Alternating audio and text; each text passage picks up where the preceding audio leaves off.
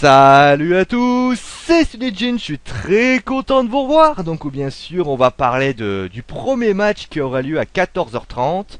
C'est bien évidemment Manchester United contre Liverpool.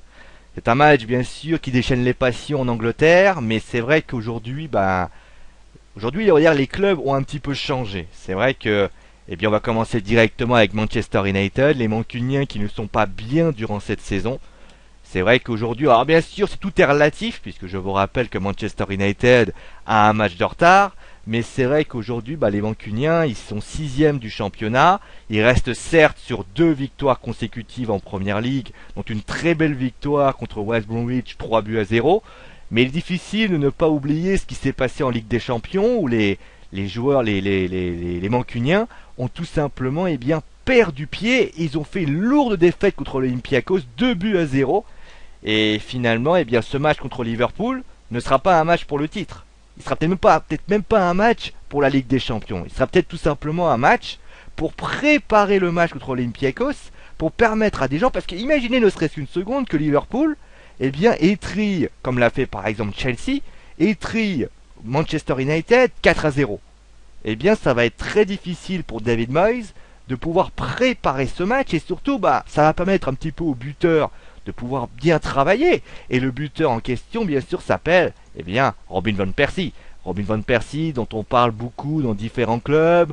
On est les premiers à s'inquiéter de le rendement insuffisant de Robin van Persie. Alors certes, on va encore me dire, oui, mais il était blessé, oui, mais il n'était pas du tout dans le match, il n'est pas très très heureux en ce moment. Ça, je veux pas savoir.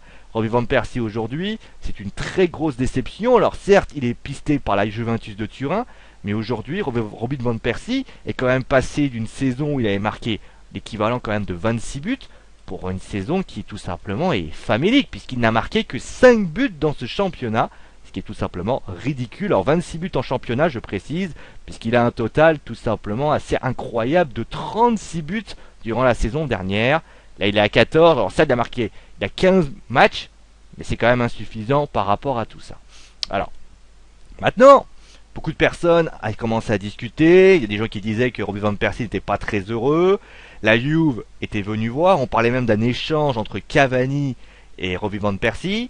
Et finalement, il a répondu à une question en disant voilà, donc je veux rester. Il a dit simplement voilà, que ce n'était pas une raison, qu'il se sentait, certes c'était pas une bonne saison, il le reconnaissait très parfaitement, mais qu'aujourd'hui, il a envie de rester, il a envie de prouver à tout le monde qu'il est capable justement, il vient de prouver que c'est quand même un grand buteur. Allez maintenant, le buteur, il faut qu'il se réveille, parce que bien sûr, pour l'instant, c'est assez décevant, et on va dire qu'il va avoir des gens qui vont pouvoir lui donner un coup de main.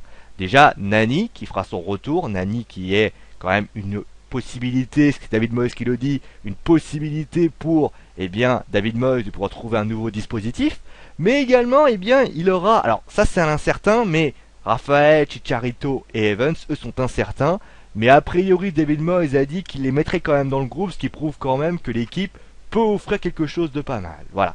Allez, place maintenant à la composition d'équipe probable. Alors, pour ceux qui ne le sauraient pas, c'est une composition d'équipe. Vous avez pu voir que les groupes, je n'ai pas trop parlé, il y a une raison simple à cela, c'est que dans les rubriques, alors si vous savez, vous me dites, mais en fait il y a très très peu d'informations sur les groupes de Manchester United et de Liverpool.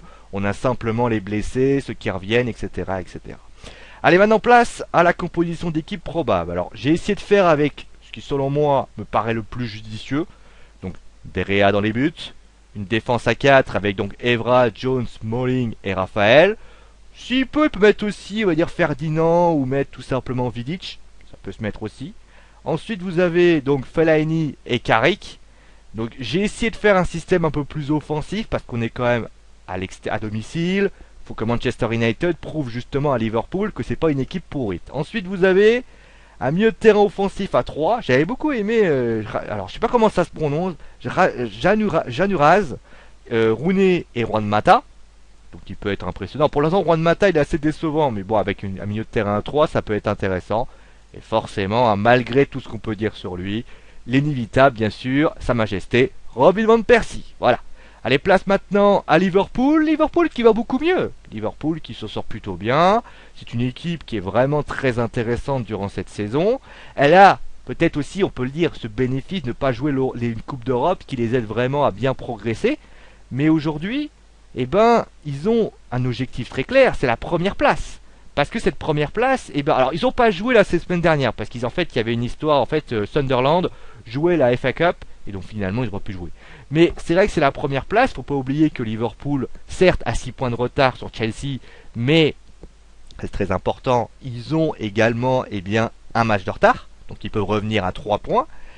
La seule chose que je pourrais dire sur Liverpool, c'est que Manchester City, défaite, et Chelsea, défaite. Faire attention quand même par rapport à ça. Ensuite, vous avez quelques joueurs au niveau du mercato, on voit quand même que eh bien, l'équipe est étonnante. Et donc, ils ont décidé de voir un peu qu'est-ce que ça peut apporter, qu'est-ce que ça peut donner. Et donc, certains joueurs ont été, j'allais dire, pistés par rapport à Liverpool. On peut parler par exemple de Vertonghen du côté de Tottenham. On peut également parler eh bien, de différents joueurs comme par exemple Parreiro qui pourrait être à Valence. On peut voir d'ailleurs que c'est pas des joueurs de classe, on va dire énormissimes parce qu'ils sont déjà Luis Suarez et les autres, mais c'est des petites positions comme ça qui pourraient être intéressantes. Alors il y a Ricardo Rodriguez qui joue à Wolfsburg, Steve Coulter qui joue à Cardiff et le nom, alors par contre là désolé pour la prononciation, Evgen Konoplyanka qui joue au Dnipropetrovsk. Ça peut être une solution, alors quelques joueurs qui sont pistés, on verra bien sûr si ça passe. Ensuite vous avez le groupe. Alors au niveau des groupes, comme je l'ai déjà expliqué, c'est difficile de savoir vraiment quel jour il va choisir ou pas parce qu'en Angleterre ils ne mettent pas les groupes. Mais en tout cas, Mamadou Sakho, qu'on a pu voir en équipe de France, fait son retour dans le groupe, comme Lucas Leiva, qui lui fait son retour également par rapport à ça. Allez maintenant, place à la composition d'équipe probable, avec donc Mignolet dans les buts. Alors, j'ai décidé de garder la défense qui était d'époque, Johnson, Eger, Skrtel et Flanagan. Pas de Sakho, parce que j'estime qu'il doit gagner sa place, ça fait plusieurs semaines qu'il ne joue pas, blessé ou non, ce qu'on appelle la concurrence. Ensuite devant Henderson et Gérard. Alors, on aurait pu mettre bien sûr Lucas Leiva. J'ai préféré mettre ce milieu de terrain là parce que c'est celui qui est toute l'habitude. Et j'aime pas non plus mettre un joueur qui est blessé directement titulaire. On sait jamais ce qui peut se passer. Ensuite, vous avez Allen, Coutinho et Sterling. Et enfin, Suarez qui sera bien sûr en attaque. Alors pourquoi j'ai décidé de mettre des joueurs sur les côtés? En fait, je pars du principe que sur les côtés, vous avez pu voir je ne sais pas si vous avez vu le match contre l'Olympiakos. En fait, les joueurs de Manchester United, franchement, ils galéraient sur les côtés. Et c'est pour ça que j'ai décidé de faire en sorte de pouvoir bien bloquer, de pouvoir rendre un peu fou, justement, cette équipe. Voilà. Tout est dit, je pense que tout ceci est désormais fait. Comme toujours, n'hésitez pas à me dire si j'ai fait une prononciation un peu débile. Il y en a certains que je pense que j'ai un petit peu écorché leur nom et je m'en excuse d'avance.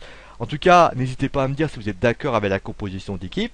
En tout cas, ce qui est sûr, c'est que j'espère en tout cas vous offrir un très bon match. On se retrouve bien sûr pour les notes, qui seront bien sûr entre Manchester United et Liverpool. Allez, maintenant, on se retrouve très vite. Allez, à la prochaine!